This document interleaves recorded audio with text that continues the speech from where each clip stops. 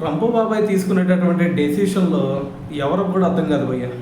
So మీ అందరూ తెలుసు కదా, మన సెప్టెంబర్లో ఏం చేశాడు, H1B వీసాల అప్లికేషన్ ఫీజు ఏకంగా $1,00,000 పెంచాడు కదా.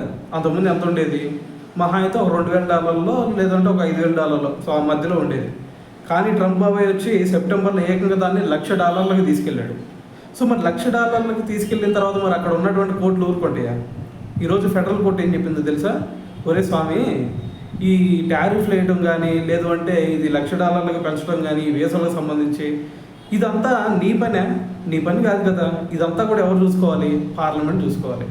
మరి పార్లమెంట్ తీసుకోవాల్సినటువంటి నిర్ణయాలు కూడా నువ్వేంద్రా స్వామి ఏ విధమైనటువంటి డెసిషన్లు అన్నీ తీసుకొని అంతా రుద్దుతున్నావు, సో ఇదంతా కరెక్ట్ కాదు అని చెప్పేసి దాన్ని కొట్టేయడం జరిగింది. అయితే మరి ఇప్పుడు ఫెడరల్ కోర్టు కొట్టేసింది కాబయ్యా, మరి వైట్ హౌస్ ఏమన్నా సైలెంట్గా ఉండిద్దా, మరి ట్రంప్ ఏమన్నా వెనక్కి తగ్గుతాడంటే నెక్స్ట్ వైట్ హౌస్ ఏం చెప్పిందో తెలుసా, సరే ఫెడరల్ కోర్టు ఈ విధంగా కొట్టేసింది కదా, మరి ఇదే ఫైనల్ కాదు కదా, నెక్స్ట్ మాకు హైకోర్టు ఉంది, హైకోర్టు దగ్గరికి వెళ్తాం, హైకోర్టు దగ్గరికి వెళ్ళి దీని మీద స్టే తెచ్చుకొని అయినా సరే దాన్ని కంటిన్యూ చేస్తాం అని చెప్పేసి వైట్ హౌస్ నేను మాట్లాడటం జరిగింది. సో మరి ఇదంతా ట్రంప్ చేసే పనే కదా.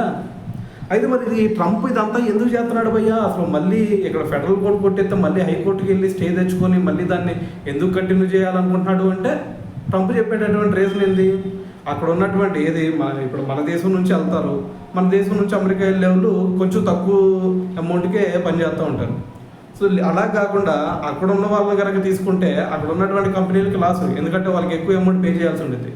ఇక్కడ నుంచి మనల్ని కనుక తీసుకెళ్లారనుకోండి, ఆటోమేటిక్గా తక్కువ ధరకి పనిచేస్తారు కాబట్టి మన వాళ్ళు. సో దీంతో ఆ కంపెనీలకు కొంచెం లాభం వచ్చింది.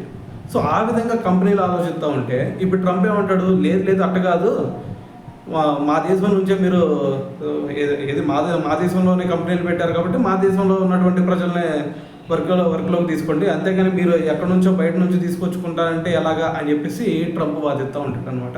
సో ఇప్పుడు మీరు ఒకటి గుర్తుపెట్టుకోండి, ఎవరైనా సరే ఏ కంపెనీ అయినా సరే ఎవరైతే స్కిల్డ్ వర్కర్స్ ఉంటారో సో వాళ్ళని తీసుకునేది కదా. పని రాని వాళ్ళని ఎందుకు తీసుకుంటారు? పని రాని వాళ్ళని తీసుకొని వాళ్ళు ఏం చేసుకుంటారు? సో దానివల్ల ఆ కంపెనీకి నష్టమే కదా.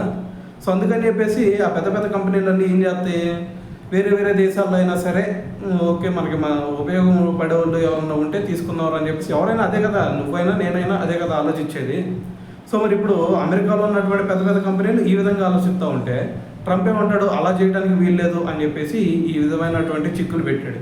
సో ఇప్పుడు H1B వీసాల అప్లికేషన్ ఫీజు కనుక పెంచాడు అనుకోండి, ఆటోమేటిక్గా అది ఎవరికి బటన్ అయిపోయింది, ఆ కంపెనీలకు బటన్ అయిపోయింది. సో దాంతో వాళ్ళు ఏం చేస్తారు, ఒరే బాబు మీకు ఇంత అప్లికేషన్ ఫీజు మా వల్ల కాదురా స్వామి, మీరు మీ దేశానికి వెళ్ళిపోండి అని చెప్పేసి వాళ్ళు ఇక్కడ మన ఇండియాకి సంబంధించినటువంటి వర్కర్లు అవ్వచ్చు, లేదు అంటే అటువైపు చైనా నుంచి అవ్వచ్చు, ఇంకా వేరే దేశాల నుంచి అవ్వచ్చు, సో వాళ్ళందరినీ తరివేస్తారు. సో దాంతో అక్కడ ఉన్నటువంటి వాళ్ళకి జాబ్స్ వస్తాయి అనేది డొనాల్డ్ ట్రంప్ ఆలోచన అనమాట.